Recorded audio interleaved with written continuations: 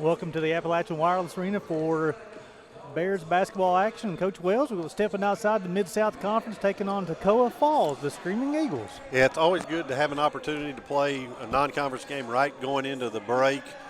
Gives you a chance maybe to lessen up a little bit on your scout and try to focus on some things you want to see as you're moving to the break. So I think the guys are excited about getting a break out of conference. That's mental draining, physical draining, and have a chance to really just let your hair down and play a little bit. Well, so, Coach, here, the Toccoa Falls Screaming Eagles, they have somebody who's got a little connection, a little history at the University of Pikeville, the head coach. Yeah, Dwayne Felder was one of our graduate assistants and had an opportunity to go back closer to home and also be a head coach. And he's done a wonderful job of building this roster up in 1 year's time. You'll be very impressed with the athleticism and their ability to get up and down the floor. They are missing their starter or their number one scorer tonight, but they're on the gauntlet of guarantee games right now. They're all over the place trying to play some guarantee games to keep the finances strong in the program. So the Bears are coming off a win, one of the last three straight. They beat all three Mid-South Conference wins, 2 at home, went on the road as they picked up a victory Saturday out of Lindsey Wilson. They put 81 on the scoreboard that day, Coach. They're doing a great job of sharing the basketball. It's touching a lot of players' hands. Certainly Teddy Parham has been a big part of the hands that have been touching it and shooting it in the basket. But been led by Ken Warks, has done just an amazing job in his freshman year of distributing the basketball, setting the tone defensively.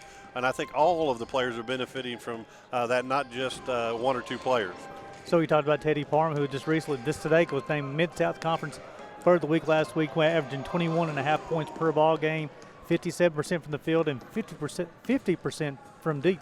Yeah, for those who are counting, that's every other time he shoots it, he makes it. So that's a good stat. You get in the Hall of Fame in baseball for hitting 30% or 300, and he's at the 500%, and that's the shots he takes are not layups. You can expect your post players to kind of do that, but he takes a lot of different kinds of shots, and to shoot that high percentage is a compliment to his shot selection as well as his skill level. You talked about on that ball game on Saturday, the Bears picked up that victory at Lindsey Wilson, 81-73, and several players got involved on Saturday. It was Devin Collins early with 14 points early, as Teddy Parham late. Then also Ken Warks got his second start of his collegiate career, 9 points, 5 assists. Yeah, a lot of good. The scoring has been shared, and I think that's important in a team game. Devin Collins got us going from the perimeter there in the first half, and really got us some momentum going. We were down 1 at the half, and then we sparked it in the second half and put a really, really nice half together to win on the road. And it's hard to win college basketball games, but it's certainly hard to win college basketball games on the road. So as a hats off to the Bears, and that's a 3-game win streak for them. So the Bears come in the game 8-6 overall, 5-4 to Mid-South Conference. Again, non-conference matchup here with Toccoa Falls. That puts us also at a 4-way tie for 4th place in the league. So it's kind of bunched up right there. I think it's an open door. I think the only games that we've lost are the teams that were ahead of us. So it shows we're taking care of business and giving us an opportunity to continue to climb. We want to get in that conversation, being one of the top schools again in the Mid-South in basketball, and we're making our way up that way. Toccoa Falls comes in the game. They're 4-4 overall. They play in the NCCAA, the National Christian College Athletic Association. 4-4, they're 2-0 in that conference. Last year they went 15-15 as 4-5 in the NCCAA. Their last game they dropped to a decision at Fort Valley State, 71-61. As Coach said, very athletic team.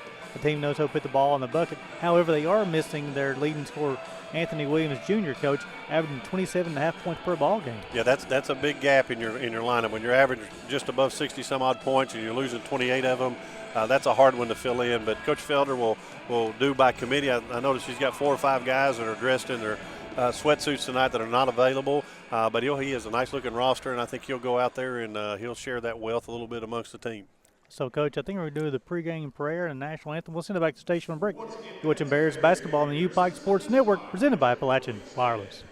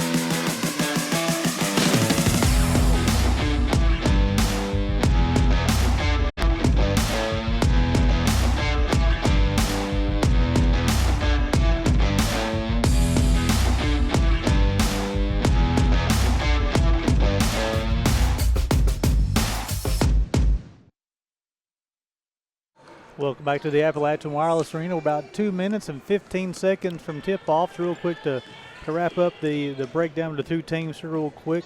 These two teams have met one time before when you was leading the helm here, Coach. As they met December the 18th back in 2017. The Bears picked up a 108-46 victory that day. They're coming in the game day. Of course, the Bears coached by Ty Compton in his third season, 37-31 overall.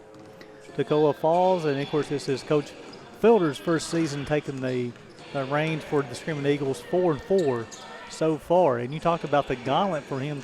They're playing today, tomorrow, and Wednesday. And so 2 o'clock start today, 2 o'clock start tomorrow, Western Carolina, and then I think it's a noon tip on Wednesday as they take on Georgia State. Yeah, a lot of miles are going to be traveled by the Screaming Eagles, and Coach Felder's trying to raise those funds in these guaranteed games to take care of the budget, travel, and treat these student athletes the way they deserve to be treated. So hats off to him, and our guys should know how fortunate they are. We don't have to do those things here, and we're able to support and give them all the finest things we possibly can without having to play those guarantee games, and they get to stay here at the nice confines of Appalachian Wireless Arena.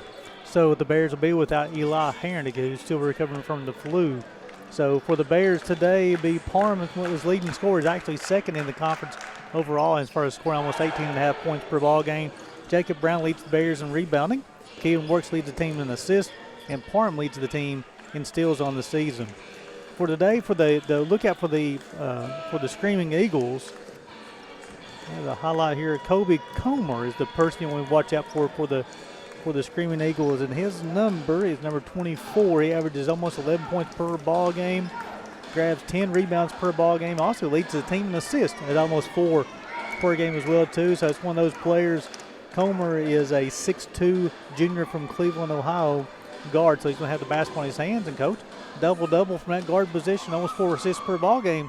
Pretty talented player. Yeah, those are the kind of things you're looking for, and some of his assists may go down a little bit with his leading scorer not beside of him, but the ability to share the basketball and get the offense where it needs to be and into the right hands is very important.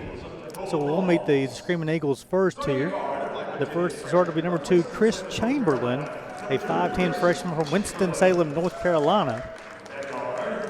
Also will be joining him in the starting line will be number 3, Tyler Glover, a 5'7" sophomore from Covington, Georgia.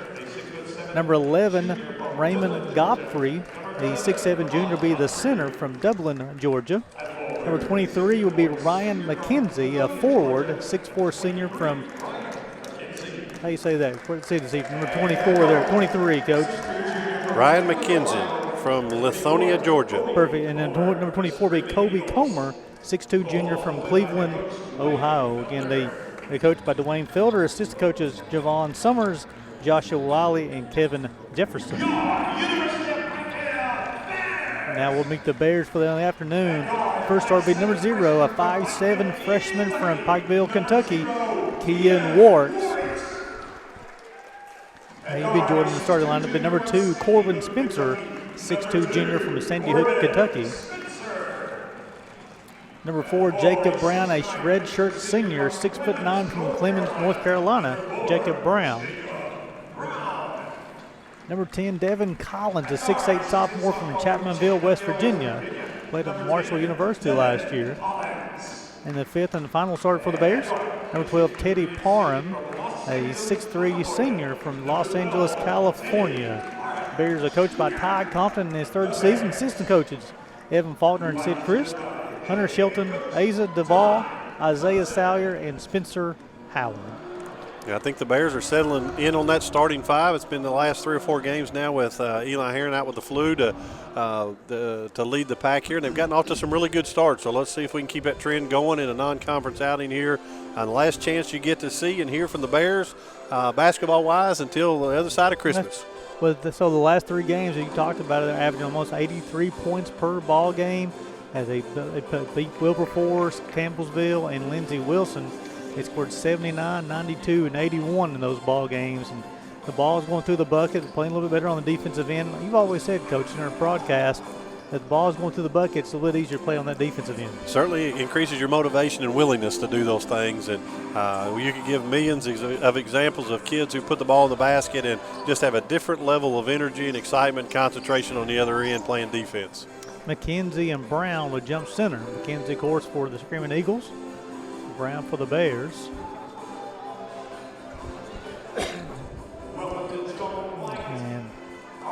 And Vernon Watt said it's time for basketball time here in Pikeville, Kentucky. Tip's going to be controlled by the Bears. Collins over to Warricks. Looks like the Screaming Eagles are going to come out in a little 2-3 zone. Over to Parham. Yeah, you gotta keep your elbows and arms down. That's a tic-tac foul, but certainly a foul nonetheless. McKenzie's first, team's first as well. Over to Warwick.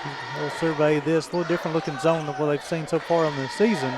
And it'll be a first turnover of the ball game. We credited to the Bears. I like the idea of trying to hit that high post and get the ball centered in the middle, but a couple errors. We didn't step to the basketball, make secure connection on that. You like to see Devin be a little more aggressive on that catch. Chamberlain with the basketball at the free throw line. Left-handed jumper's up. Good. Screaming Eagles leading this one 2-0. They're going to press full court here. Warwick's got the basketball. Over to Collins. Right to Warwick's, who surveys. A little 2-2-1 just to kind of slow things down back into their 2-3 zone. Warwick's surveys, goes over to Parham. Again, trying to figure out this zone. Over to Spencer. They really extended that zone as well, Coach. Yeah, they're doing a good job of really trying to match up out of it. And the one person you can't leave, and Coach Felder's emphatic about it, that corner there, and he's actually going to make a substitution for that error. Collins, 3 out of the corner. Bears leading this one 3-2. Good ball reversal by the Bears. Chamberlain's got the basketball for the Screaming Eagles. Yeah, that's what you like to see offensively, that ball hopping around, touching both sides of the floor, and giving yourself an opportunity to kind of get everybody involved and get some ball moving. Anytime you get a zone to have to rotate from one side of the floor to the other, you're gaining the advantage. C-Press will check in for McKenzie, who just stepped on the sideline. So the offensive, the foul on the defensive end stepped out of bounds. He missed the rotation. Not quite the start he's won so far this afternoon. That will get you an opportunity to sit in the padded seats for a little while. Spencer gets over to Parham. Back up to Spencer. 3-point shots up. Rattles around, comes out. Glover with the offensive rebound, defensive rebound, excuse me. He's going to be pressured by Warwick. That's speed on speed out there. Yeah, that's a great matchup right there. We'll have to keep an eye on that as the game progresses. Coleman's at the basketball, but gets over to Glover. C-Press, who just checked in. Shots up, shots good. That's Kobe Comer coming to the game, averaging 11 points per ball game. They lead this one 5-3. Yeah, a little late on the closeout there, and gave them an opportunity to see an open shot on a three from straight away. And statistically, that's the 3-point shot you want from straight away. Works at the basketball up top, gets over to Parham. Swings to Spencer. Spencer swings it back over to Collins. His 3-point shot's up. Rattles around, coming out. Offensive rebound, Jacob Brown. Parham back up to Collins. He'll try once again. Shots are up, comes off. Jacob Brown repeat. Offensive rebound, and Glover gets his hand on the basketball and knocks it away. Great job of keeping that alive for another possession, and just didn't knock those open shots down. Those are ones that Devin Collins is going to make, and afforded them an opportunity to get down here on transition. Looks like we've got a player hurt on the floor here. That foul's going to be on Parham, his first, team's first. And that's going to send Chamberlain to the free throw line. On the season, shooting 58%, 7 of 12 so far on the season.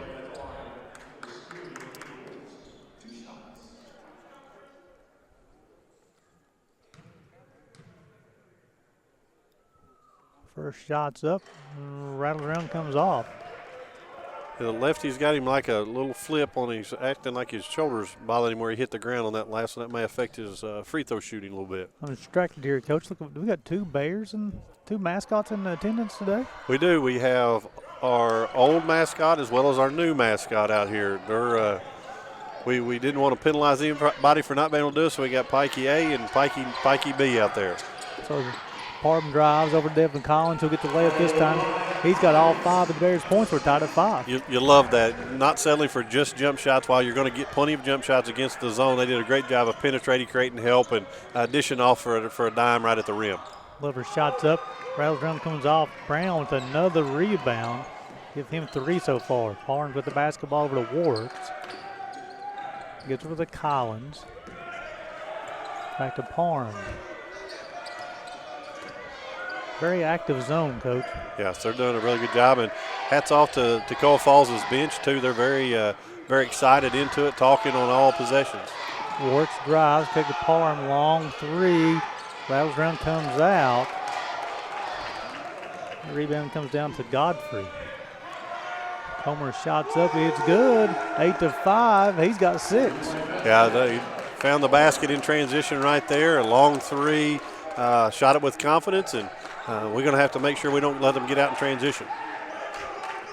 We'll still stay in their zone with Godfrey manning the middle there for the Screaming Eagles. Spencer's three out the corner is good and matches it. It's 8-8. It's good, but certainly we're relying on that three-point shot a whole lot right now. While we're a very good three-point shooting team, we got to let our defense get some stops here, get some transition, giving them way too much easy opportunities on this end. Spencer's first bucket of the afternoon gets him 3. Warts is going to apply pressure up top. Seapress has got the basketball for the Screaming Eagles. Swing over to Comer, been guarded by Collins. Tries to get to the bucket, up and under is no good. Offensive rebound is up and good. Give him 8, and they're leading this one 10-8. Yeah, very aggressive. Comer's come out very, very aggressive on offense and has made some good plays and took a tough contested 2 on that one, but followed it up with some great resolve and got the tip in. Parham's with the basketball over to Warts. Back over to Parham up top. Spencer gets to the baseline, swings back over to Collins, looking, swings back to Parham. Warwick's got the basketball, 5 on the shot clock though. Over to Warwick, swings to Collins. He's got the basketball. Warwick's going to have to shoot the 3. It's up and rattles around, comes out, and they're going to get Collins for over the back. Yeah, I don't mind that foul whatsoever. You're going after an offensive rebound there, and really probably had some space in between him and the shorter block out, but was called for the over the back. Collins first, team second. Josh Parker will check in, replacing Chamberlain. Parker coming to the game averaging 13 points per ball game. Yeah, he really brings us some spark off of the bench, and he'll be coming out looking to be aggressive. Glover's at the back. Godfrey got it in the middle. Spencer gets hands on the basketball. It'll be a turnover. He's going to push. He's going to wait on his teammates. Collins got the basketball. Thought about pulling the 3. Going to pull it out. Let's run a little offense now. Warwick finds Collins in the corner. 3-point shots up. Rattles around, comes off. Godfrey with the defensive rebound. Yeah, we're just continuing to settle for 3-point shots. I'd love to see us try to get that ball into the paint like we did a little bit earlier. Glover's got the basketball, gets over to the bucket.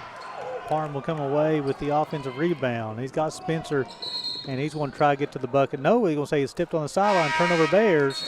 We're going back to Screaming Eagles. 35, Witcher would check in along with number 22, Jamarius Pringle. Now, this will require some communication by the Bears, and with all these substitutions of making sure you know who you're matching up with. Definitely got a size advantage, Coach. Hopefully when we got on the offensive end, maybe get the ball into the block a little bit more. Yeah, we would love to see that regardless of who's in there. And these are the kind of plays you really need out of your defense that creates offensive opportunities for you. And zone doesn't come into play when you do those kind of things. Parham's first bucket, we're tied at 10. Parker to the basketball, working against Spencer. Swings back over to Glover. Good communication there by the guards on the switch. Comer. Shots up by Parker. His 3 is good. It's 13-10. Parker's got 3. Yeah, they're loose and shooting the ball freely there, and the lefty got him another straightaway 3 right there, right off the bench. Warwick's at the basketball, swing over to Collins. Vance and Bunch will check in for the Bears' next dead ball. This could be a big ball game for Mark Vance today, Coach. Yeah, a lot of good opportunities for him.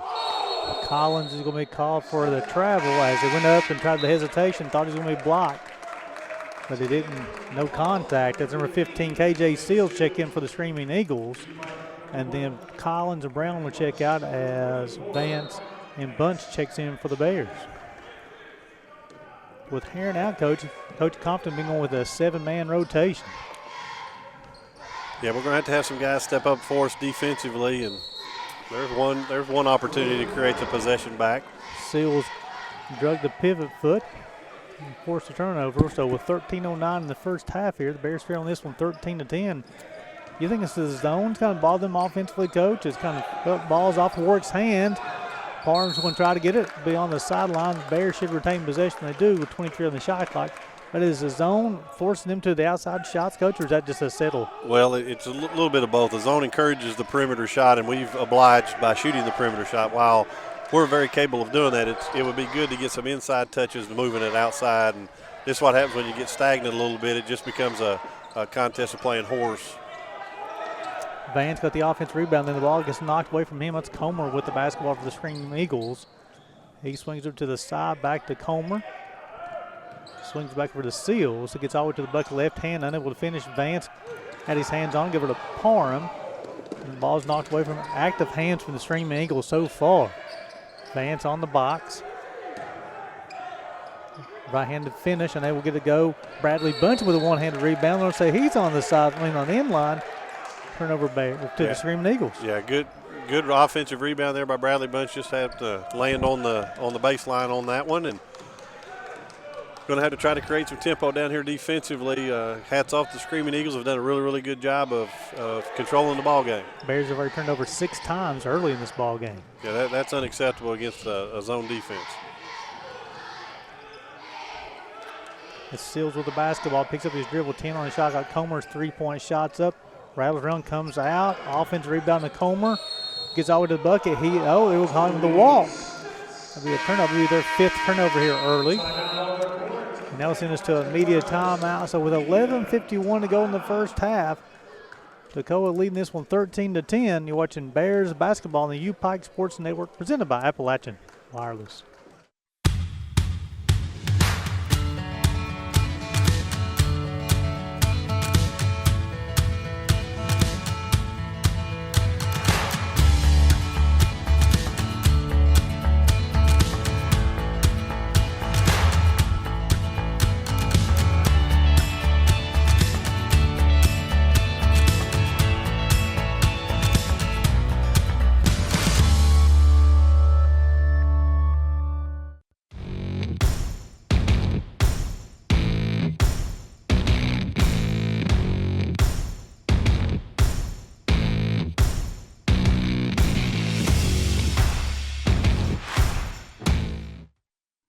Welcome back to the Appalachian Wireless Arena with 11:51 to go in the first half. Toccoa leading this from 13-10.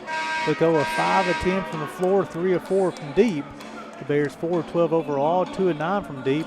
And so far, Coach, it's a game of turnovers, 6 for the Bears and 5 for the Screaming Eagles. Yeah, that's uncharacteristic of the Bears. They've got to do a better job of taking care of the basketball. And really, our shooting percentages right now are low because we're not taking great shots. Everything's off a first pass. It's on the perimeter.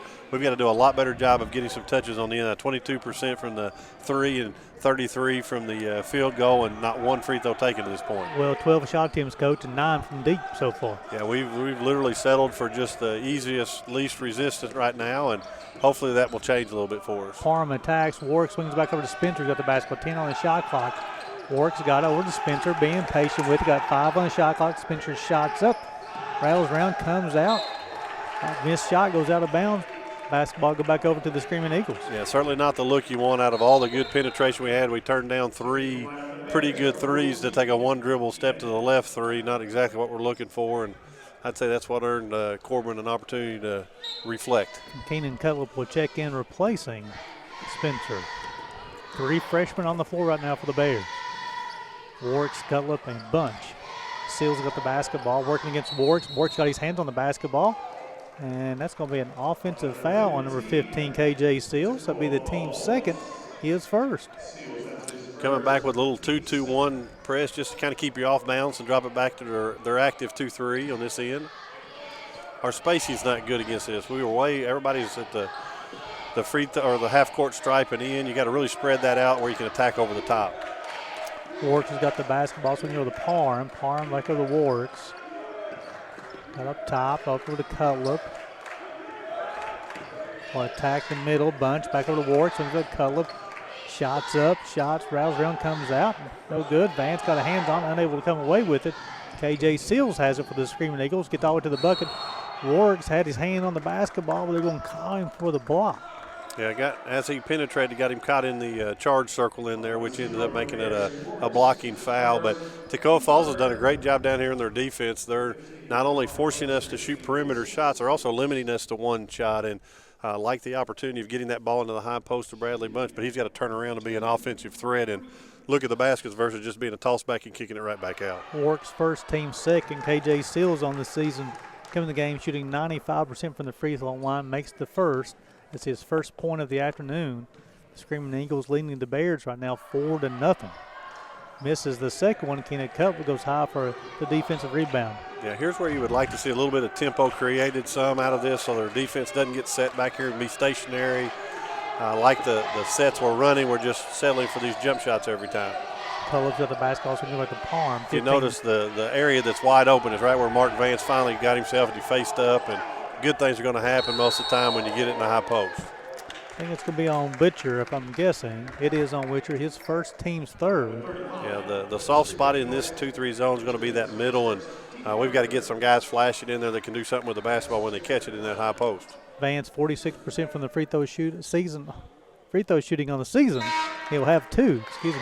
Good. Mark's minutes have continued to get to move forward, and he's continued to play better as well, and he's a big piece of that. And once he gets his hands on it, if he'll start securing that basketball around the glass and on offense, he'll really continue to grow. Spencer replaces Warricks. Glover replaces Seals. Vance makes both of those, and Brown will check back in, replacing Mark Vance. 2 big free throws right there that kind of got us off that 10-point mark we've been stuck on for quite some time. So 14-12, Screaming Eagles leading this one. Glover gets over the, let's see, Parker's got the basketball now over to Coleman. Trying to get to the bucket. Cutler playing some defense here against Josh Parker. He gets to the bucket, left-handed shots up, rattles around, comes out. Spencer's got the basketball. Parker immediately picks him up. So I guess in this line, Spencer will be running the point for the Bears. Yeah, you'd like to see him be able to advance that down the sideline instead of playing with that ball at the top of it. But here we are in this 2-3, it's a 2-3 zone. Great job in the high post, and really had every opportunity you wanted to from that high post if they will hopefully start paying attention to how soft it is in the middle. Brown first bucket, give him 2. We're tied at 14 as Devin Collins will check in for the Bears' next dead ball. Glover gets to the basketball, gets all the way to the bucket, dishes it out, shots up from the corner, rattles around, doesn't draw anything, Spencer advances up to Cutler, unable to handle it. Shots up, is good. Never fails, you make that errant pass, and that turnover leads to a made basket on the other end. Parker give him 6. We're Toccoa leading this one 17-14. Bunch at the free throw line, winning the basketball. Parham's 3-point shots up. It's good. Teddy Parham's got 5. We're tied at 17. Now you got to combine the stops on defense without turnovers. I don't know what that is for us. At least 7 turnovers for the game. I'm not sure how many that is total. We're at 7. Yeah. Yep.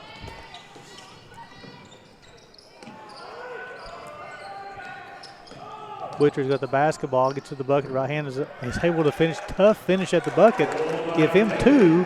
Toccoa's leading this one 19-17. Yeah, that's a tough shot. Hats off. That was a one-handed scoop shot. Going to the basket, we'll give those up for 40 minutes. I think we'll be okay. Parham's got the basketball, looking inside. Nope. Now he gives it to Bunch. Bunch has got the basketball over to Spencer. Spencer back to Bunch. He's going to attack. Back to Spencer. He's going to attack, gets all the way to the bucket, right hand, unable to get it to go, gets the offensive rebound, finishes at the bucket. Corbin Spencer's got 5. Great job to stay with that one, and one opportunity here is that high post guy is almost like a point guard. Like if you get somebody in there that can create and pass and get around their people, it wouldn't be the worst thing in the world to put a Teddy Parham in that high post and let him catch it and navigate traffic from in there. They will get Brown with the push. It is his first, team's 4th. Collins will check back in along with Seals and Seapress and Chamberlain. You got to pay attention on substitutions, know who you're guarding, and you have to know your scouting report. New guys come in all the time. You got to know who does what. So Glover will inbound the basketball for the Screaming Eagles on the baseline. 20 on the shot clock. Gets it over to Seals, who's got up top, and guarded by Collins. Brown will switch. No, Collins will stay with him. Seals gets all the way to the bucket, unable to finish. Cutler goes high for a defensive rebound. Nice, strong defensive rebound from Keenan. Yeah, great defense right there. Contested at the rim, was very, very big. Forced an air ball on the other side, and Cutler with an aggressive move to get that rebound. Like to see him stick his rear end on him a little bit better, but fought like crazy to go get that rebound. And now you got to execute a little bit against the 2-2-1. Again, I'd like to see somebody stick in the middle there if they could. McKenzie checked back in for the Screaming Eagles. 19-19 here in the first half of play. Still trying to figure out this zone defense. Cutler And Taylor throws it away. Thought Collins was going to cut back towards the basketball. Coach Compton is screaming. Again, the zone is really giving them some fits right now, Coach. Yeah, I don't know how many zone defenses we've seen this season, but we certainly are not in our comfort executing against it right now. You don't see many zone defense being played in the Mid-South, and we've had 3 straight Mid-South Conference games. Glover out of the corner, shots up, rattles around, comes out. Cutler will come out with the defensive rebound. He's going to push. C-Press trails defensively, swings back to Spencer. He's got it. Parham will check in for the Bears' next dead ball. Cutlip's three-point shot's up. He's good. Keenan Cutlip, his first bucket of the afternoon. Yeah, it's great to see him aggressive and confident shooting that ball, and a lot of that stemmed from his success defensively down here as well. Bears' first lead of the afternoon, 22-19. Steele's got it working against Cutlip. Over to C-Press. He's got it. He's going to a drive. Chamberlain shots up. Back to the backboard. Off the backboard, excuse me. Brown gets a defensive rebound. That's back-to-back possessions. We've been very fortunate on the rebounds. We're not locked in on our box outs right now. Cullip's going to attack. Swings back to the Spencer. He's got the basketball. He attacks. Cullip's got it. Got 18 on the shot clock. Swings it back out to Corbin. His three-point shot's up. It's good. Corbin Spencer's got 8. The Bears lead this one by 6. Good job of rotating the basketball, and again, a lot of that's created from the stops defensively to come down here and have some more confidence. You don't put so much pressure on yourself when you've got a lead versus being down 3 or 4 points. Yeah, it's a little 8-0 run here, Coach. We'll leave right here during this timeout as the Screaming Eagles calls timeout. You know, the Bears 9 of 20 from the floor, Coach. So these percentages start to go up. 45% from the floor, 5 of 13 from deep, 38%. So far, the Bears are led by Corbin Spencer's 8 points on the afternoon, and Collins and Parham both have 5 as well. Comer's leading the Screaming Eagles with 8, and Parker has 6 off the bench for the Screaming Eagles as well. Yeah, our offense down here as of recent is almost like a running game in football. We've been able to break down that defense a little bit by hitting that high post and that low post. That makes that defense collapse a little bit more. Early in the game, we weren't touching it, and it just kept expanding. That's why we were taking 4 shots on the three-point line. Now we've kind of done our running game scenario and gotten that ball in the middle quite a bit. It's led to some easy wide open threes that we've been able to capitalize on. And the Bears are winning the backboard battle too, Coach, 15-6 so far as well. I don't know how intentional that is. We've missed a bunch of box outs on this end, and I'm sure that they'll have on film day, but certainly it's good to win that rebound margin even when you're not locked in defensively. Comer's shots up is good. He has 11 and it's 25-22. Yeah, you got to run him off the three-point line. Being late on the closeout to Comer is not following the scouting report. That's his 3rd triple of the afternoon. Come in the game, averaging 11 points per ball game. Bradley Bunch drives. Collins on the cut. Parham hit the basketball. Collins gets a loose ball as well. 10 on the shot clock. Not for sure what to do with the basketball. Collins has got it. Now got 5 on the shot clock. Parham's three-point shots up. No good. Collins offensive rebound. Devin Collins has 7, 27-22 Bears. Got to give him a ton of credit. That was a courageous rebound there, getting in there and getting an extra possession for the Bears. Swing over to Glover, who gets the basketball, gets over to the bucket, tries to finish. Nice defense from Corbin Spencer. C-Press with the offensive rebound. Parker's got it. Again, another missed box out on the backboard. You just can't give offensive rebound opportunities. That we've been blessed to be able to get some of them back with turnovers and such, but there's no future in that, especially in our league, to create that kind of issue. So with 4:55 to go in the first half, Bears will lead this one 27-22. You're watching Bears basketball on the UPike Sports Network, presented by Appalachian Wireless.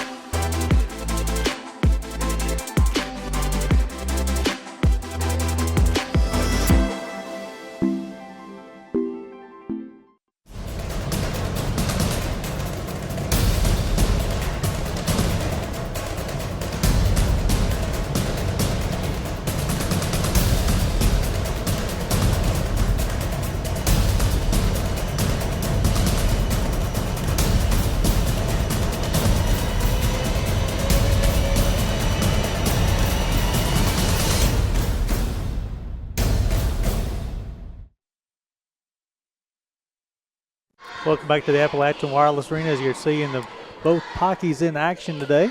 We have our retired Pikey who came out of retirement to support the Bears on Christmas break holiday here when the students aren't on campus. And certainly the new and improved Pikey the Bear is down here representing as well. 27-22 Bears. Vance will check in with the Bears next head ball bunch. Free throw line jumpers up, rattles around, comes out. Brown got a hand on, but Godfrey comes away with it for the Screaming Eagles. Glover gets it down quickly. Shots up by Witcher. 3-point shots good. 27-25. Give him 5 on the afternoon. Yeah, we went empty on a free throw jump shot, which was great offense, and then gave up a transition 3 on the miss. Parham at that free throw line, Coach, that you talked about. Yep, I like that little adjustment there. And Spencer to give him another one. He's got 11 early. Bears up leading this one 30-25. Here's where we got to make sure that we're transitioning and knowing who we're guarding. We talked about the substitutions. That's twice now we didn't know who we were guarding. Witcher with the offensive rebound. He misses the shot. Should be going to line shooting 2 if I'm guessing. It's going to be on bunch. It'll be his first, team's 5th. And that will send Witcher to the free throw line for the first time in the afternoon on the season. This is his very first free throw. What you see here, too, is we were playing against 4 guards and a post player, and we had 3 more forwards in the game, and not very good job of talking and communicating on our matchups, which led to the opening here for 2 free throws. Vance works to check back in for the Bears. Witcher makes both of those. And again, just very token 2-2-1. The second line folks aren't even engaged in defensively. They're just scooting back to the perimeter. If we'd send somebody to the middle on that, we would break that real easy and actually could attack it. Warwick's got the basketball at top, swings back over to Parham. Collins, free throw line, jumpers up, rattles around, comes out. Should remain Bears the basketball at will with 12 on the shot clock. Yeah, now your dilemma is when you get it in that high post, you got to be able to convert that shot. We've had 2 great looks there from Bradley and Devin that normally will go in for us. I think it's where if you have Teddy at that free throw line too, they leave him open up for jumper. It's going to be really good for the Bears. Spencer out of the corner and give him 14. The Bears are leading this one 33-27. Yeah, I think Corbin's starting to feel it a little bit here, and if we'll just play some defense, we can string together a nice run. Off the Bears out of bounds, so the Screaming Eagles will keep possession with 23 on the shot clock. And the Eagles are screaming down the court after makes or misses. They're getting the ball out, and again, you can't get late to closeouts.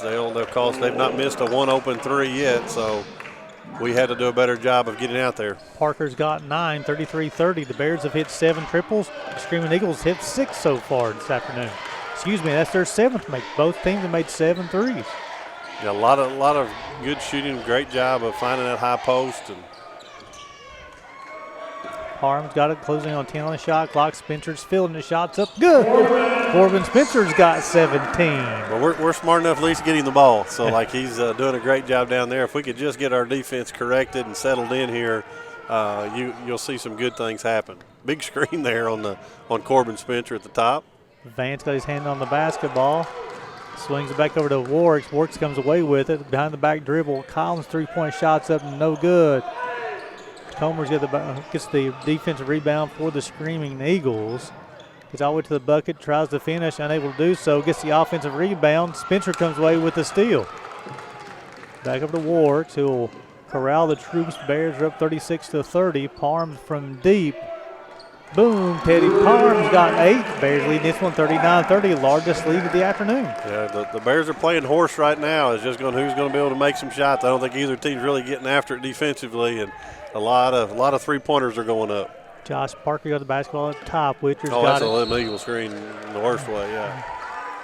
That's going to be on Parker, but his first, team's 5th, as you'll have Seals, Pringle, and Chamberlain returning for Screaming Eagles. I tell you one thing, Coach Fielder don't mind to play his bench, Coach. I told you, if they're in uniform, you might as well play them, and he's certainly taking that philosophy. And every single player on the bench, I think, with the exception of 1, maybe 2, that has had an opportunity to play in this game.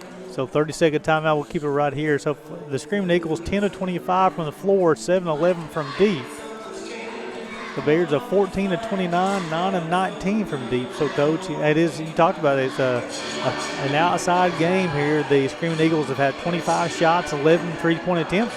The Bears have got 29 shot attempts, 19 from deep as well. Yeah, it's really inexcusable playing man-to-man and giving up 63, almost 64% from the three-point line. A lot of that's transition, slow closeouts, and communication. We've just not done the job guarding the perimeter, and I'd almost at this point would almost sell out to the three-point line and make them put it on the deck and make them drive it.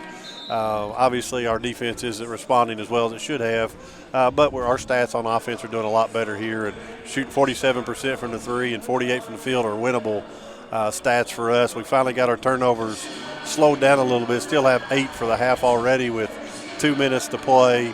But great job rebounding the basketball. We've got an 18-11 rebound margin, and I felt like we've missed a bunch of blockouts on our end even with that lead. Also 9 assists on 14 buckets, Coach. Yeah, that's great, sharing the ball. And you're going to have to do that some against the zone. Vance, I like this play right here, coming to the corner jumper. Corbin now the corner, shots up, rattles around, comes out.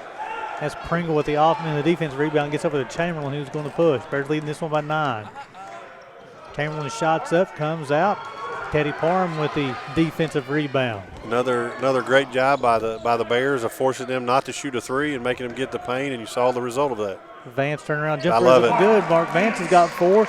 Bears up by 11. I love to see those paint touches, and it may not even be every time that you score out of that or even get a shot, but that breaks the defense down and gives you opportunities to get other looks as well. But good for Mark Vance. We need that part of him in our games. Seals being guarded by Warks up top. 15 on the shot clock. Witcher shots up, rattles around, comes out. Spencer with another rebound. That's his 4th here in the first half. Vance has got it on the box. He's been guarded by Pringle. Warks is going to cut. Nothing going there. Looking for Parham. 15 on the shot clock. Yeah, they've got their defense very distorted right now. A good chance for us to make an opportunity. That's not the one I like Mark Vance shooting. Collins goes high for the offensive rebound. With a jump ball. Possession back over to Screaming Eagles. Yeah, those are the things you want your players to kind of see and evaluate and learn that lesson. Like, I got to the basket, I was going forward, got a great 2-point shot, and then I decided to take turn a 5-footer into a 9-footer and fade away on it. Those are the ones you got to cut out. But he's going to be a big force for us, and he'll keep learning. Chamberlain's got the basketball top over to Seals. Under a minute to play here in the first half. Swings it to Comer. Parham got his hand on the basketball. Comer back over to Chamberlain, who's been guarded by Spencer, gets all the way to the bucket, tries to finish with the right hand, unable to do so. Screaming Eagles with another offensive rebound. Seals, no. I don't think they know their shot clock was down to 4. And shots up Vance with the defensive rebound. Bears have an opportunity to take the last shot. Great rebound by Mark Vance. Gives us an opportunity to take this last one right here, and let's see if we can get us a good touch on the inside and get it to the outside. They're actually chasing Corbin around now out of their zone. Well, maybe he just got lost. Parham, left-hand shots up. No good offensive rebound, Teddy Parham. They got whacked, no call. And they're going to get him called for the hack there. That'll be his second, team 6. Cutler will check back in, replace Parham to protect him from his 3rd foul here in the first half. Stay tuned, folks. At halftime, we'll be interviewing Coach David Espinoza, track and field coach here at the University of Pikeville. For those youngsters out there watching the game, that's the last shot means it's the last shot. You don't shoot it with 8-9 seconds. You got to take that last one, and the worst case scenario, you're down 11 or you're up 11. Possibility going up 13 or 14. Probably not the greatest play there at the end of the half. So we go to the half. Bears leading this one 41-30. We'll send it back to the station. Please join us as a break. We'll come back during the halftime with the Coach David Espinoza. You watch the Bears basketball on the U-Pike Sports Network, presented by Appalachian Wireless.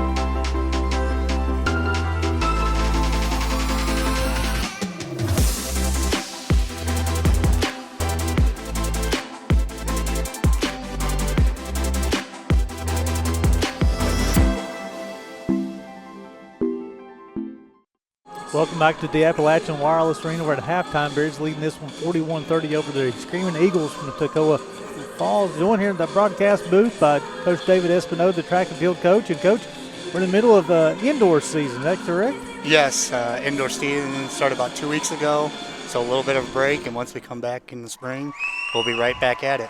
Yeah, how challenging is that, Coach? You have, well, first of all, I guess, do all of the athletes, they compete in indoor and outdoor as well? Yes. So they compete in a fall season, well, I guess winter season and a spring season as well. Yeah, so we start Labor Day, so right in September, get our training going for a couple meets in December, get a short 2.5 week break, depending on what the university decides, and as soon as January hits, we're right back at it.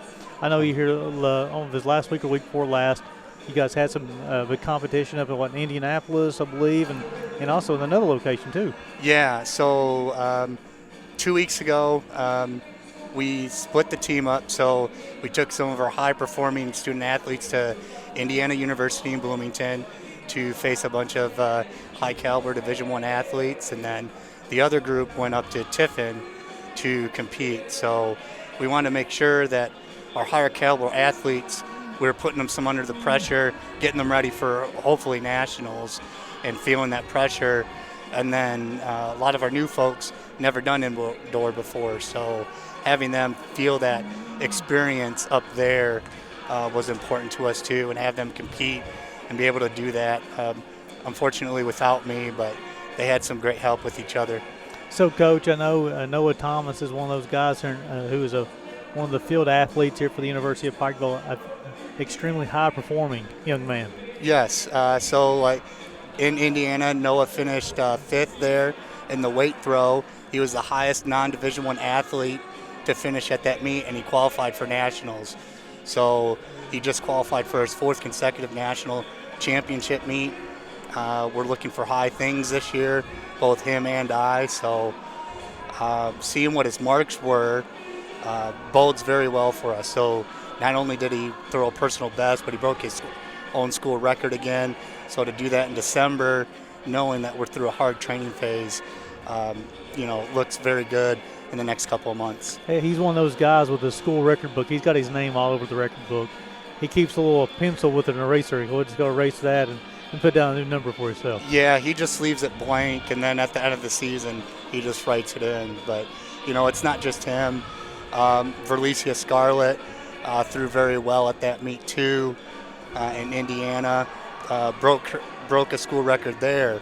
So to see 2 school records being broken this early in the season with how we set up our training looks bright for us. So, Coach, you talk about coming back after the break. You'll have some more indoor meets, and then when does the shift go from indoor to outdoor?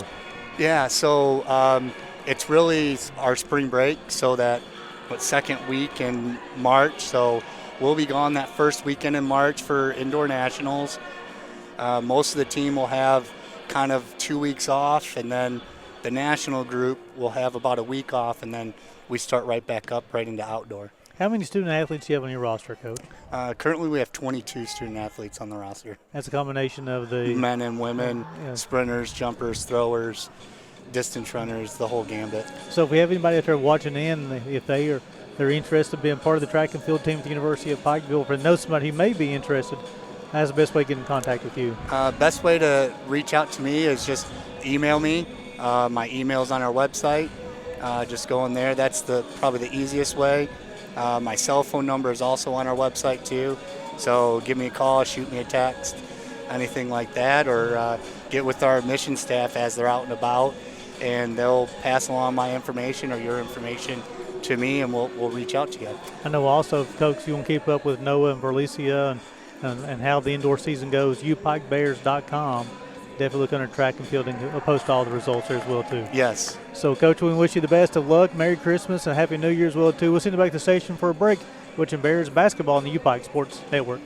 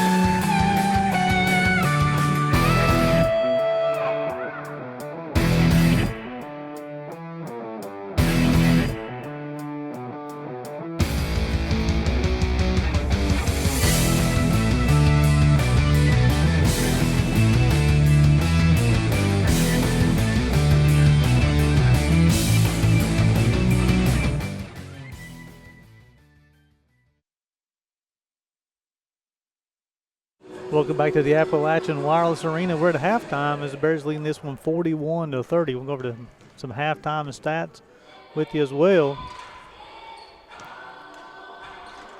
So for Toccoa in that first half, they're led by Comer, had 11 points, 4 rebounds, and 3 steals.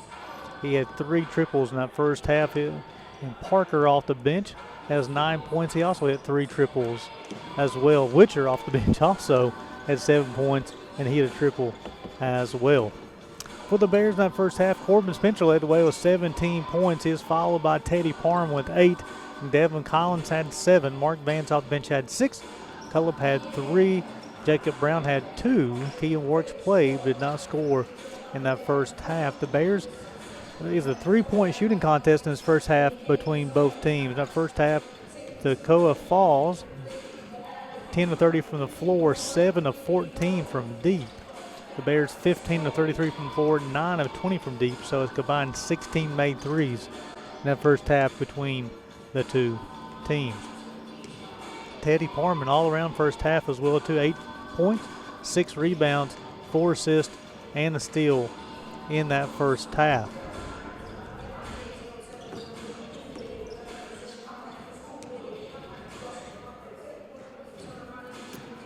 The rebounding on the battle on the backboard is controlled by the Bears. They out-rebounded the Screaming Eagles 22-13 in that first half. The Bears had those 9 assists on 15 buckets, as the Screaming Eagles had 5 assists on 10 made field goals in that first half. Bears turned over 9 times in that first half. Toccoa turned it over 6, but now the Bears had 6 turnovers early in the ball game and really cleaned it up midway through the first half to close out the half as well.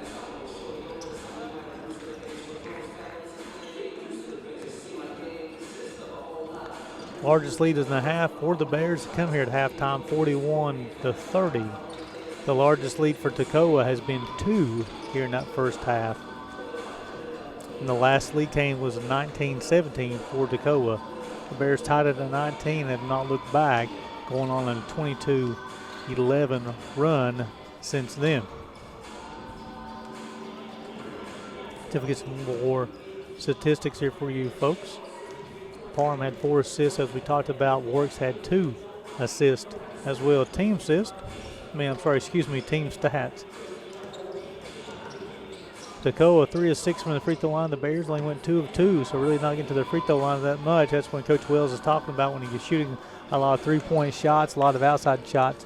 It's really going to limit your free throw opportunities as well. First half, we had 6 ties, and we also had 3 lead changes as well. So Bears leading this one 41-30. Got about 3.5 minutes until the start of the second half. Let's send it back to the station for a break. Watching Bears basketball on the U-Pike Sports Network, presented by Appalachian Wireless.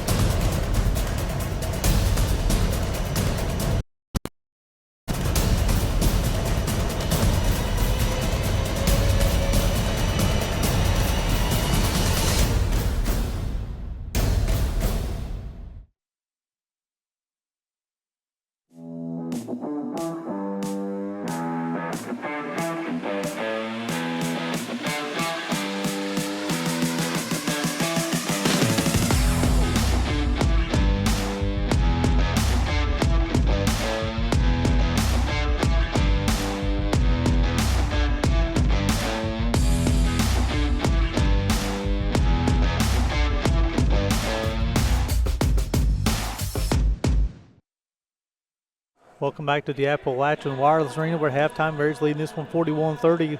About 40 seconds until the second half tip. So, Coach, what's some quick comments from yourself around that first half? Well, looking at the stats, it looked like our guys did a much better job closing out the half than I even anticipated. Got their percentages down to 33 from the field, which is where it should be in the first place. Kind of did a good job of finding the three-point shooters a little bit better, but we're going to have to really do a good job in transition and not let them get off to a great start here. I'm sure he's talked about the importance of getting the ball centered against the zone. That created so many other opportunities, including rebounding, assists, higher percentage shots, and then also the inside outlook for the three. So it's just a matter of us being dialed in and prepared and ready.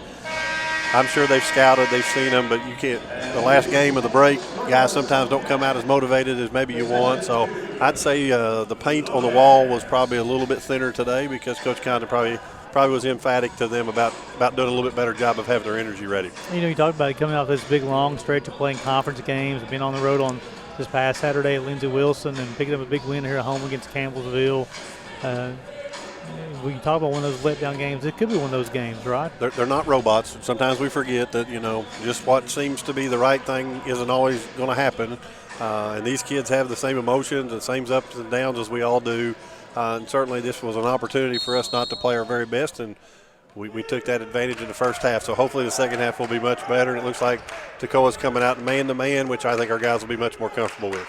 Works will be started for the Bears. Parms with the basketball, working into Witcher, over to Collins. Back to Warwick, 20 on the shot clock. Screen from Brown. Swings to Spencer at 17 that first half. 10 on the shot clock. Working inside to Collins against Comer. Collins got size advantage. Shots up good. Devin Collins has got 9. Really good patience in there. Didn't have his feet completely underneath of him. Was patient enough to get it there. And good job recognition by the Bears of getting that inside out. And if you notice, we're going to try to put 11 in all those ball screens we possibly can, and smart play by Coach Compton and his staff. Bears up by 13. Yeah. As Godfrey big call for an offensive foul. That's his team's first here in the second half, and Pringle is quickly off the bench. He's going to replace Godfrey, I believe. Yeah, he got caught leaning into that screen. Certainly the right intention, just got caught leaning into it. And we talked a little bit there. I think he would be a nice fit for our football program. And I tell you what, now he's a good-sized young man.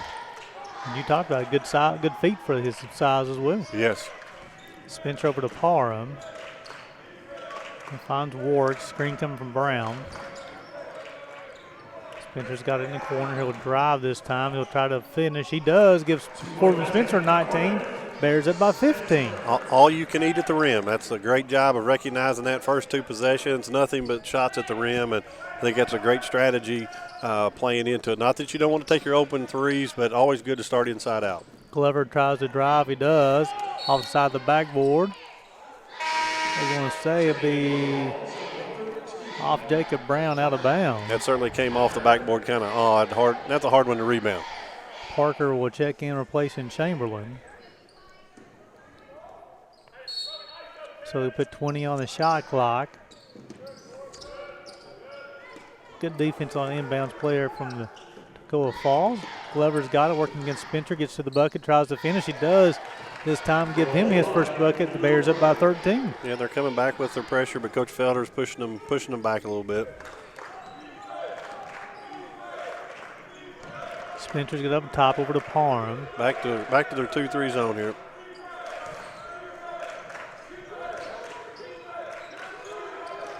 Wart's in the corner, got 10 on the shot clock.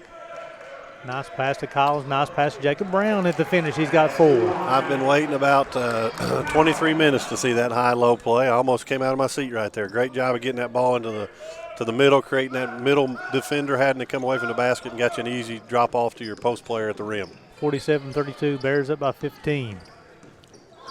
Glover going with the paint, and they're going to Going to get a whistle against the Bears. Yeah, probably right at the – well, Collins, his second, team's first. that was not on Devin Collins. That was on Ken Works. Devin did a great job of staying vertical, and the foul came from the guard below, but certainly was a foul, just the wrong customer.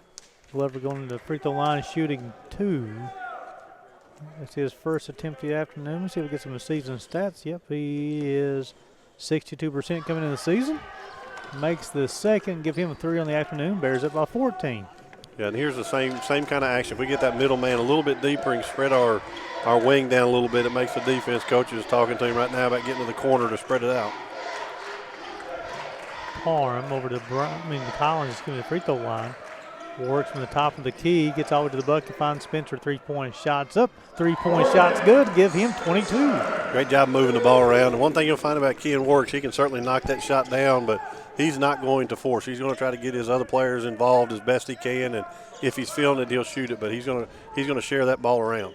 Bears up by 17. Collins battling for the defense rebound, comes away with it. Bears got numbers as they push. Works got it. Guard by Park over to Collins. Spencer got the ball in the corner. Gets to the baseline. Nice pass to Jacob Brown. Wasn't quite ready for it. Right-handed hooks up. Comes off. Comer with a defensive rebound for the Screaming Eagles. Yeah, I thought JB had that first look a lot better than he had the second one. JB with a nice defensive rebound. Gets over to Spencer. Over to Parham. Collins puts the ball behind his back. Going to back it down, and I'm not sure where that pass is going to. He goes out of bounds as you'll have McKenzie and Seals will check in for the Screaming Eagles, replacing Parker and Pringle. That wasn't a great offensive possession by the Bears. You tear a little bit out of sync on that one.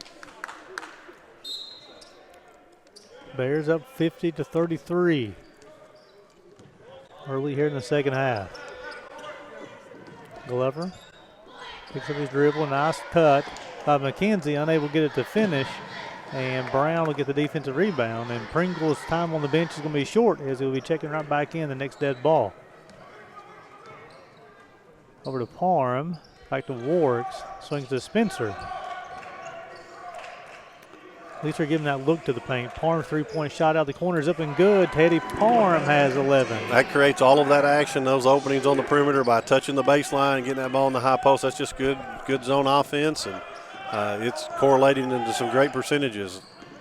Bears up by 20. That's 50% from the field and 50% from the three. It's 11 made threes on the afternoon for the Bears. Steels has got it for the Screaming Eagles. Fadeaway jumper. That's when Witcher goes high for the offensive rebound, unable to corral it. Warks is going to beat everybody to the bucket. Up, layup is up, comes off, no good. And you got Devin Collins on the floor. Keegan Warks on the floor. It'll be a kick ball, and it'll be over to the Bears. Great hustle play there. I think he kind of snuck up on Devin Collins a little bit, but he got on the floor real quick, and you can guarantee that there's a ball down there. Ken Warks is going to jump on top of it. Parker and Pringle return, replacing McKenzie and Glover, and then Seapress will replace Witcher. So it'll be 20 on the shot clock. Going to execute against the 2-3 zone out of bounds underneath here. Spencer from the corner. He's feeling it this afternoon. Give him 25. Bears up by 23.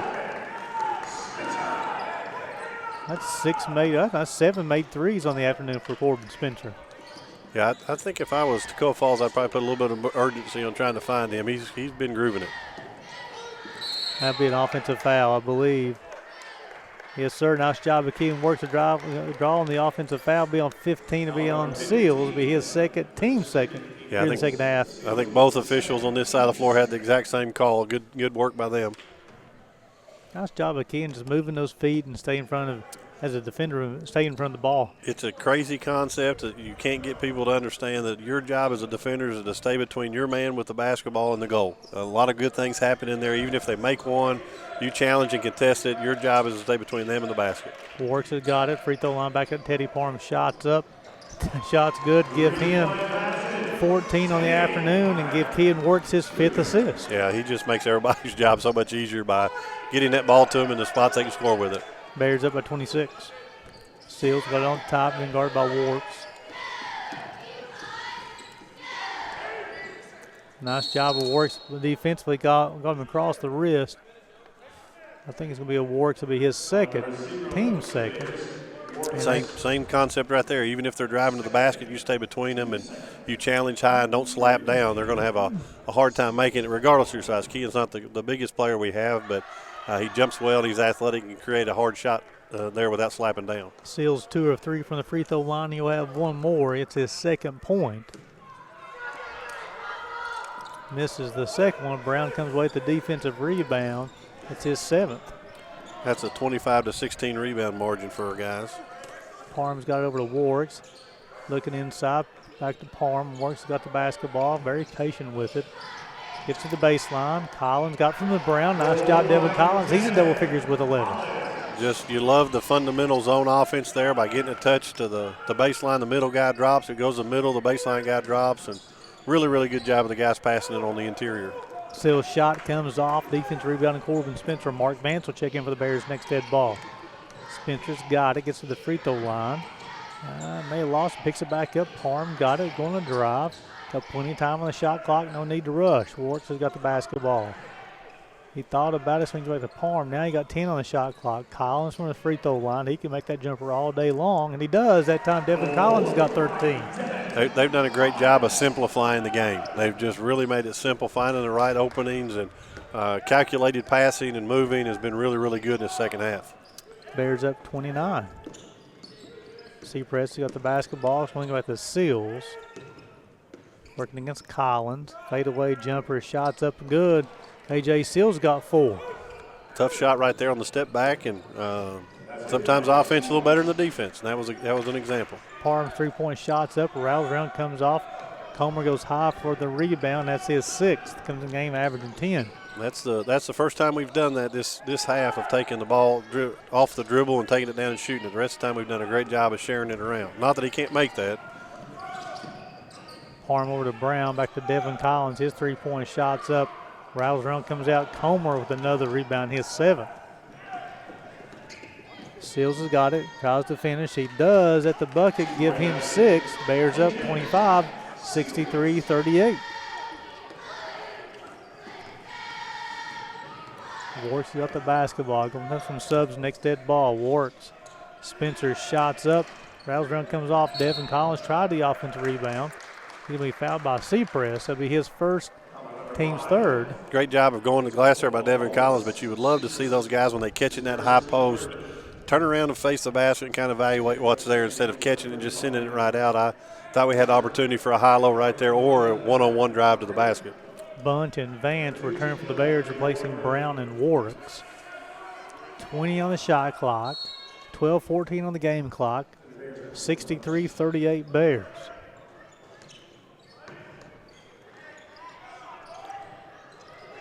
Shots up, shots good. 3-point shot from Mark Vance. Good job there getting in the basket. That's a tough one to come right off the bench and shoot a 3, but Mark got the 3 points in there. It's good to see for him and build his confidence up. Give him 7. Bears up by 28.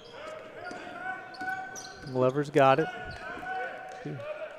Fade away, jumpers up, rattles around, comes out. Parham with the defensive rebound, gets knocked away. Glover's got it. He's going to try to finish. No, he's going to kick it over to Chamberlain. And that is Chamberlain's first bucket afternoon. Give him 2, 66-40. Next whistle will be the media timeout. Collins got the basketball. Vance at the free throw line. Thought about it. Puts down a couple of dribbles. Try to get to Bradley Bunch. Unable to do so. Godfrey will come away for the steal for the Screaming Eagles. Gets over to Glover, who's going to push. Shots up. Rattles around, comes out. Mark Vance with his first rebound of the afternoon. Got our turnovers up above 12 right there on that last possession. You want to keep those turnovers low as you can. Parham swings over to Bunch. Collins in the corner. Drives. Fatal beam. The jumper is good. Give him 15, 68-40. Another good job of rotating the basketball around and trying to get as many fingerprints on it as you could. Chamberlain working against Parham up top. Picks up his dribble at the free throw line over to Comer. Working against Bunch. Shots up. Shot rattles around. Parham with a defensive rebound. Give him 8 rebounds on the afternoon. Comer's cooled off a little bit from the first half. He was on fire there early on. Collins 3-point shots up and good. give him 18. I believe somebody's starting to feel it on this half as well, Coach. You knew it was just a matter of time to see those shots go in. I think the difference is we started shooting better shots, higher percentage shots versus just off the first pass. So it's good to see we're definitely capable of making all those threes. We've got a line change coming in next time for the Screaming Eagles as well. Parham got the basketball, unable to control it at the bucket. Ends up with it, though. Bunch has got it. Back over to Spencer, who's got it. Parham in the corner, three-point shots up. Rattles around, comes in. Oh, it stays in. And they're going to be a technical foul of some sort. A flopping technical on Parham. So the three-point bucket is good. That gives him 17. Gives Bears a 74-40 lead. And when we come back from the break, Toccoa Falls will be shooting technical free throws on the flop. You're watching Bears basketball on the UPike Sports Network, presented by Appalachian Wireless.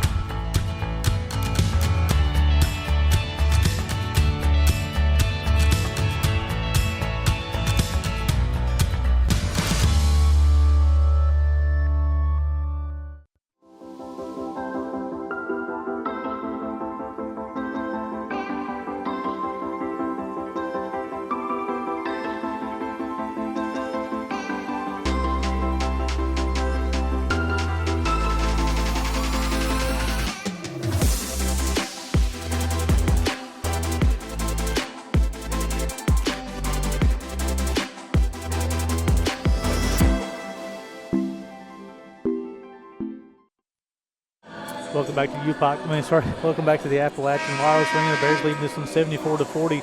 A lot of different offensive stars today, Coach, but the Bears come in this game averaging 83 points per ball game over the last three. Keegan Warwick's in his second start. No, his third start for the Bears. Yeah. Third in the season. He had over 5 assists. He's got 5 assists this afternoon. And then you have people making threes. You got Spencer, you got 7 made threes. Parham's got 5 made threes, and Devin Collins has got 2 on the afternoon as well. Yeah, it's just a culture of sharing the basketball. I love it. I mean, I love to see the extra pass. And once we started figuring out our goal against the 2-3 zone, I think we executed extremely well in the second half in regards to that.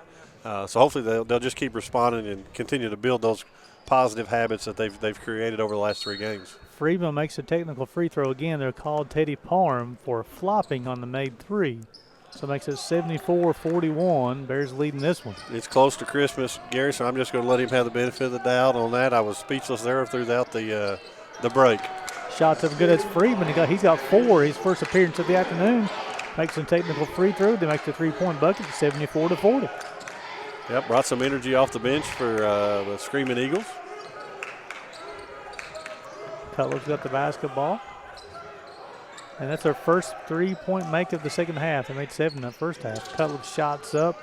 It's good. Keenan Cutler's got 6 on 2 threes on the afternoon. You notice the old easy offense, got it to the wing, to the high post, they skip opposite wing, and Cutler with a great follow through there. And I love to see his confidence where it's at. He's been really, really good today.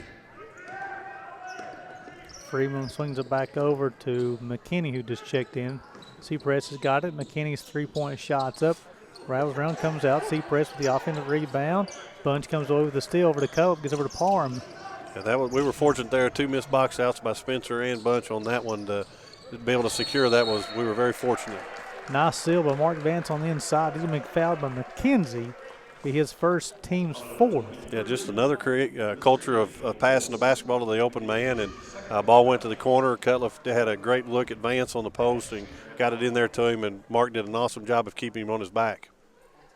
Vance misses the first free throw. This will be his 4th attempt. He's 2 of 3 so far on the afternoon. He's got 7 points, though. Really been a good pickup for us. I think he's continued to get better each time we've played. Misses both. Parham goes high for the offensive rebound. We're going to call it a jump ball. Be possession to Toccoa Falls. Good effort there by Teddy Parham on the rebound, trying to get us an extra possession, and he actually did. Next one we will get on a jump ball because of that work. Bears got 3 players in double figures so far. Swing to the corner. shots up. Rattle run comes off. Two Bears battle for it. McKenzie will try to finish, unable to do so. Corbin Spencer with his 6th rebound of the afternoon. Parham over to Bunch. Back to Parham. 3-point shots up. Rattles around, comes out. Cullip with the offensive rebound. Back to Parham. Gets to the Spencer. Right-handed finish. Give him 27 on the afternoon. That's a great pass there by Teddy Parham of seeing him on the baseline. And again, at high post, we need to get Bradley to Bunch to square up at that high post. I think he's got him an easy little jump shot right there at the top. May have been a triple-double watcher for Teddy Parham on the afternoon. Yeah, he's on it. He's very close. Got 17 points, 9 rebounds, and 6 assists. 79-40, largest lead of the afternoon for the Bears. Freeman shots up good. He come off the bench. He scored 6 quick ones. He's the microwave off the bench here for them. You know, come on, hit that technical free throw, a 3-point bucket, and just hit that shot there. Cullip over to Bunch. Cutting Teddy to bucket. Teddy Firm finishes at the bucket. That'll be Parham's 19th point of the afternoon. Did you see the great effect of getting that ball in the high post and then him turning and facing the basket? And Teddy did a great job of cutting back door. And Bradley Bunch was unselfish at getting the basketball to get the basket and a free throw here. That's McKenzie. Not sure how it is on McKenzie. Let's see if we can find him. That'll be his 3rd foul, team's 5th. Parham will shoot 1 shot. First trip of the afternoon. Misses it. We've been struggling a little bit from the free throw line collectively, and we're shooting 50% here. They had a whole lot of attempts, actually less than that once Teddy's gets updated. 40% to a 5.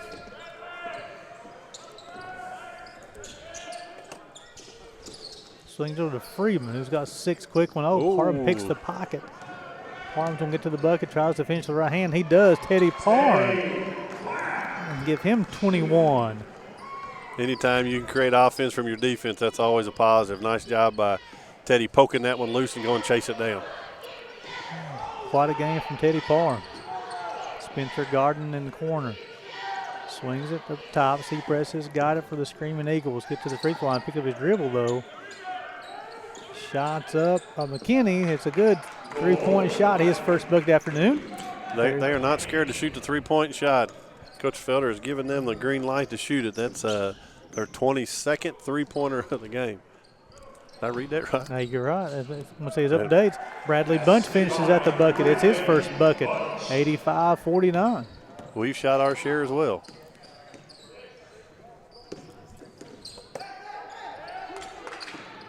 McKinney's got it. Gets to the free throw line. Step back 3, shots up, and doesn't draw anything. Corbin Spencer with a rebound, his 7th of the afternoon. Gets to the Cullip. Parham got tripped, no call. Almost got him an assist out of that deal. Bunch tried to finish, he missed it. Got it to the bucket. It's going to be a block on Keenan Cullip. That's what should send Robert. That might have been a makeup call for that flop in the corner, maybe. So they called this on the Screaming Eagles. So that's going to be on McKinney, his first team 6th. So with 5:47 to go here in the second half, Bears leading the Screaming Eagles 85-49. You're watching Bears basketball on the U-Pike Sports Network, presented by Appalachian Wireless.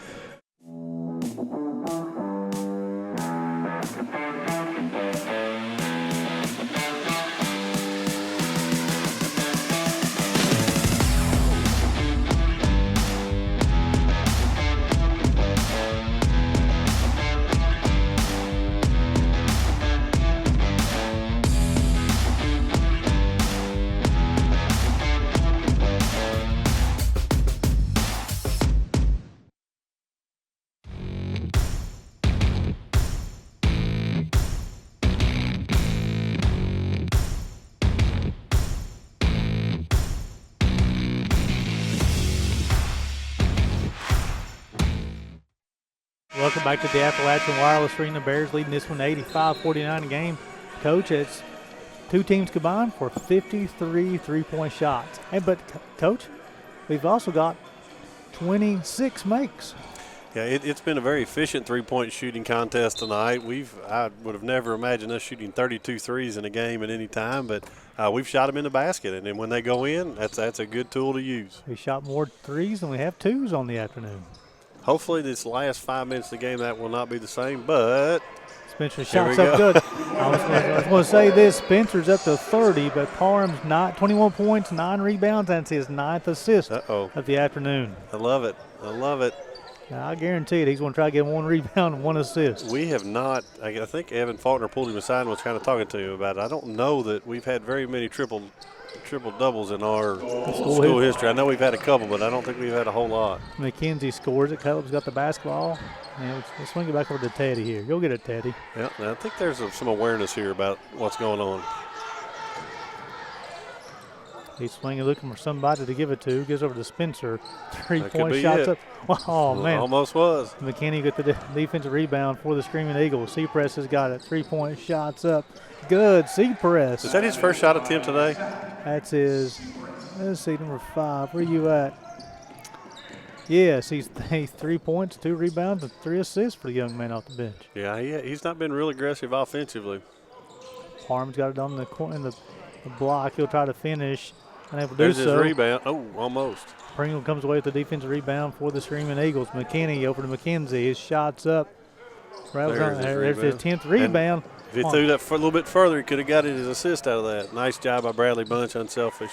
Brown's got 6. Bears got 90 points on the board. As we're going to be rolling subs, and I believe Teddy Parham's going to finish 1 assist away from a triple-double. They're going to leave him in, Coach. I think I have a little bit of a feeling that they're aware of this scenario. He's been trying to, be very assist-oriented offensively, try to get that last one. 21 points, 10 rebounds, 9 assists, and 3 steals so far on the afternoon for Teddy Parham. I have a feeling that they've caught wind of this. Corbin Spencer's got 30, 18 for Devin Collins. A slow start for the afternoon for the Bears. They picked it up since then. Yeah, second half has been a tremendous change of events from their first half efforts. McKinney shots up. McKinney shots good. That's his 2nd 3 of the afternoon, 90-57. Yeah. You're right. This club does not mind to shoot the basketball, Coach. And not only do they like the 3, they like the step-back 3 to kind of get it up. Parham's with the basketball, looking for Mark Van Schutt. I think then Mark, get in the basket. Hey, triple-double, Teddy Parham. Triple-double by Teddy Parham. What a great performance by him, but that also shows the support of his teammates too. That's not a job you do by yourself, and here you see some subs coming in after that was accomplished. Vance, he's got 9 on the afternoon. And Teddy Parham coming off of a Mid-South Conference Player of the Week. I tell you what, he's going to make a push for another Player of the Week. No question. That deserves a round of applause on that performance there. That's impressive. Noel Nitz, Cody Maynard, Jordan Frazier, and Eloge will make the appearance for the Bears. Loge is coming off the flu as well, so it's good to see him out and feeling a little bit better. And works to stay on the floor for the Bears. Shots up. Jordan Frazier, the freshman from Betsy Lane, will get the defensive rebound. Closing on 3 minutes to go in the second half. Bears in control this one, 92-57. Works over to Nitz. We must be 1 off somewhere.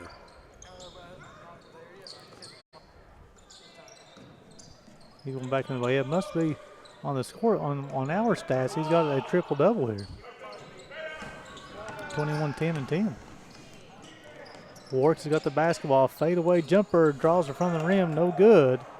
Godfrey gets the the defense rebound for the Screaming Eagles. McKinney's got it.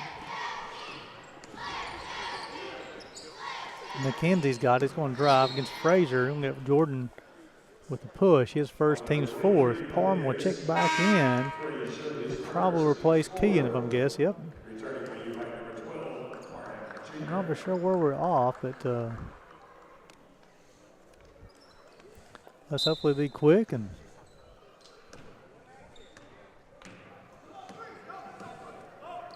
McKinney's got it up top, being guarded by Cody Maynard.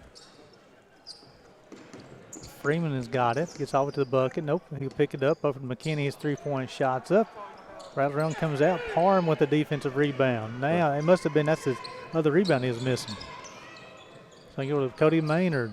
Jordan Frazier, free throw line jumpers. Up and good, Jordan Frazier. Great to see Jordan get that elbow jump shot there. That's wonderful. And, that's hard to go in and just say, go get you an assist or go get you a rebound. And Teddy was very efficient. Went and got that one right off the bat. which it shows us having him 11, but I guess they wanted to make sure.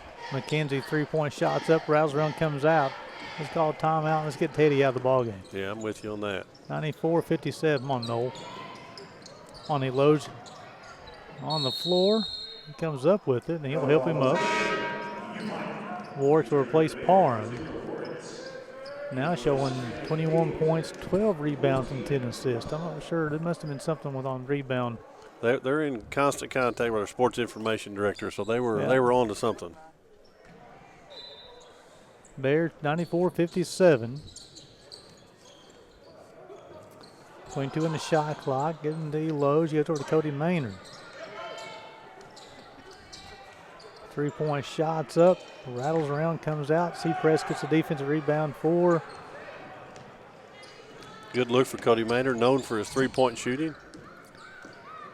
And the Bears will remain in Pikeville for quite a while with his upcoming schedule after the Christmas break. Seacrest gets all the way to the bucket. He'll score it.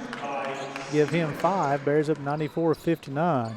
He'll be back here in Pikeville on January the 5th, taking on University of Tennessee Southern, followed by games against Cumberland University and Georgetown, all played here in Pikeville. Yeah, a lot of early season road games will lead to a lot of later season home games, so we're thankful for those opportunities. So the Bears here in the next, let me count this, 1, 2, 3, 5 of the next 6 will be played here in Pikeville January 5th, 7th, 12th. They'll travel to Williamsburg, take on the Cumberlands on the 14th. Then the 19th and the 21st will be played here in Pikeville. So good opportunity for the Bears to continue their hot streak here in the friendly confines of the Appalachian Wireless Arena or the University of Pikeville Gymnasium. Turnover Bears. Back tap Jordan Frazier. Nice hands from Keegan Warks. Good deflection there to take away an easy basket. Little casualty of her table skirt there, but. So stay tuned with us after the game. Here we have some quick post-game comments and statistics. Freeman gets to the bucket, tries to score. Eloge gets the defensive rebound for the Bears. So the Bears will move to 9-6 on the season. They'll have to shoot it one more time. Nobody wants this turnover at the end of the game, do they? No, it's, you've watched the NBA and you always see that too. They'll give it up real quick. And usually it's that quick pass, you give it to somebody else, and then they're going to be in charge with the turnover.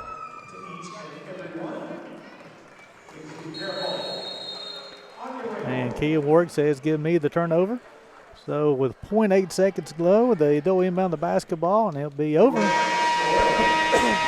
And the Bears will move to 9-6 on the season with a 94-59. And, Coach, the offensive efficiency continues for the Bears. They've scored 79, 92, 81, and then 94 points, Coach. They've got something cooking right now. Yeah, they really are playing in a good groove. Minus a little bit of that first half. I think we're a little bit stale and stagnant, but really got a lot of good stuff going on. And I'm going to go down there and see if I can't get Teddy Parham to come speak to you. That would be perfect, yes. So we'll go over some statistics with you real quick. So Toccoa Falls go 21 of 60 from the floor, 35%, 11-26 from deep, 42%, 6 of 11 from the free throw line. The Bears 94 points, 37 of 68, 54%, 18 of 35 from deep, 51%. They only go 2 of 5 from the free throw line. They out-rebound Toccoa Falls 39-27 on the afternoon. Individually for Toccoa Falls, they one player in double figures. Let me get the leaders here real quick for you. The points, where we at here, folks? Kobe Comer lead the way with 11 points. Josh Parker had 9. David Witcher had 7. McKinney off the bench with 6. The Bears led in scoring by Corbin Spencer with 30. Parham had 21. Collins had 18. And Vance had 9 off the bench. Rebounding-wise, Parham led the way with 12 in the afternoon. Spencer had 7. Brown had 7.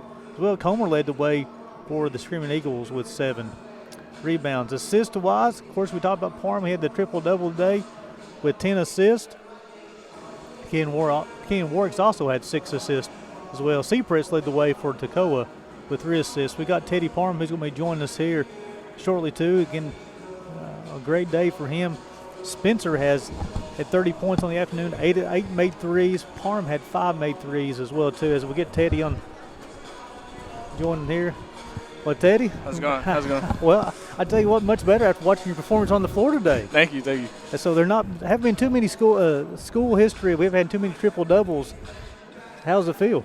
Man, it feels great. It feels great to be out there, get a whole team win. You know, getting everybody involved, offense and defense. You know, feels good to get wins like this. So Teddy, Coach Wells and I were talking about this. You checked out, but then also you checked back in. So was a statistical error? Was you needing something else for the triple double? What was you needing? I think it was just a rebound or two. Nothing crazy. No, I was already there for the points and assists. So just want to get it done. You know, do something for my team, end the whole break with a triple double. So glad I could get that. I think it shows too, Teddy, as far as the last 4 games, you guys really been clicking offensively. You've been averaging over 85 points per ball game the last 4 games. Wilberforce has scored 79. Against Campbellsville, he scored 92. Against Lindsey Wilson, he scored 81, and now he put up 94 points. You guys really clicking right now. Yeah, we're taking it a lot more serious in practice, and as these wins continue to pile up, we want to keep that momentum going, especially over this break. You know, we had a couple losses earlier in the season that we definitely should have won, so taking that chip on the shoulder for the rest of the season. So, Teddy, you played a lot of college basketball. You guys make 18 three-point buckets on the afternoon. Talk about the freshman Kean Warwicks. He's super quick, lightning quick with the basketball. He finds you guys on the wings. Talk about Kean Warwicks a little bit. Kean's a great energy guy for us. You know, he's small, so it doesn't impact the game as much as, you know, per se me or one of our bigs, but he definitely gets us to our shots, occupies the defense. Like, he does all the little things that we ask for, and taking those charges are big too. You know, Teddy, off on the offensive end for the Bears, when you have yourself, you have Devin Collins, you have Corbin Spencer, Jacob Brown can score the basketball as well too. If you find guys who get the basketball to you like Kean or Eli Heron, whoever it may be, you guys will be hard to handle. Yeah, we definitely talk about giving it to the hot hand. You know, we pride ourselves in the always us mentality, so everybody eats. But if somebody's cooking, like, you know, Corbin had the 3 going a lot today, so we made sure to get him some more shots. Same thing with Devin on other games. You know, whoever's really feeling it, we try to get them the most touches, you know, keep the momentum going. I tell you what, against Campbellsville the other night here at the Appalachian Wireless Arena, looked down and I was like, you scored the smoothest 20 points I've ever seen anybody. Also, congratulations on Mid-South Conference Player of the Week this past week as well, too. Thank you, appreciate that. But you're so smooth on the basketball court, whether it be dishing the basketball, getting the rebounds, or scoring the basketball at the bucket or the three-point line. How have you kind of patterned your game growing up? Growing up, I've always been rather small, but I've always been on the ball, whether point guard or shooting guard. And as the years gone by, I've definitely dedicated my game more to just scoring efficiently and making sure if I'm not the one scoring all the points, that I'm getting my team involved, whether that's rebounding, defense, or just assisting. So I feel like over the years I just kind of became more consistent and more dedicated into, you know, winning the game overall, and not so much about just me. Also, Teddy, on the afternoon you had 3 steals. That is something Coach Kelly Wells has been talking about. Your development of your game, overall game, has been on the defensive end. Shawnee State had been a couple of weeks ago. You take a huge charge, take a charge down here as well too. And Coach Wells talked about your development as an overall game and the defensive end. You've really elevated your game on that end. Also, 3 steals on the afternoon. Talk about that development, Teddy. Same thing, you know, hard work and my dedication to the game. You know, I come in here after hours, before practice, after practice to put up those shots. And just when it comes to games, like I said, if there's things that aren't going our way, you know, little things like taking a charge late in the game, getting a defensive stop, you know, getting a steal when we need one, those little things definitely add up and play a big part in the win at the end of the day. So you're an LA guy. You're in Pikeville, Kentucky. So what's the plans for the Christmas holiday? About to go back home to Los Angeles, spend time with my family, hang out with some friends. But I don't think I'm going to get away from the gym. You know, it's something I love, so I'm definitely going to be in there at least a few days before I get back from the break, and then hopefully back to winning games with Pikeville. I'm sure that the family's looking forward to seeing you when you get back out. Maybe you're looking forward to get back on that West Coast a little bit as well, too, right? Yeah, definitely looking back for that. I tell you what, with 4 straight wins going into the Christmas break, it's a good time to go, right? Yep. So, Teddy Parham, congratulations on the day win. Also, congratulations on the Mid-South Conference Player of the Week. And I tell you what, with the triple-double, it's going to be hard to keep you out of that Player of the Week next week as well, too. Yeah, thank you. Happy Merry Christmas, Happy New Year as well, too. Teddy Parham as with the Bears pick up this 94-59 victory. So, for the head coach, Kelly Wells, this is Gary Justice signing off. We're watching Bears basketball on the U-Pike Sports Network presented by Appalachian Wireless.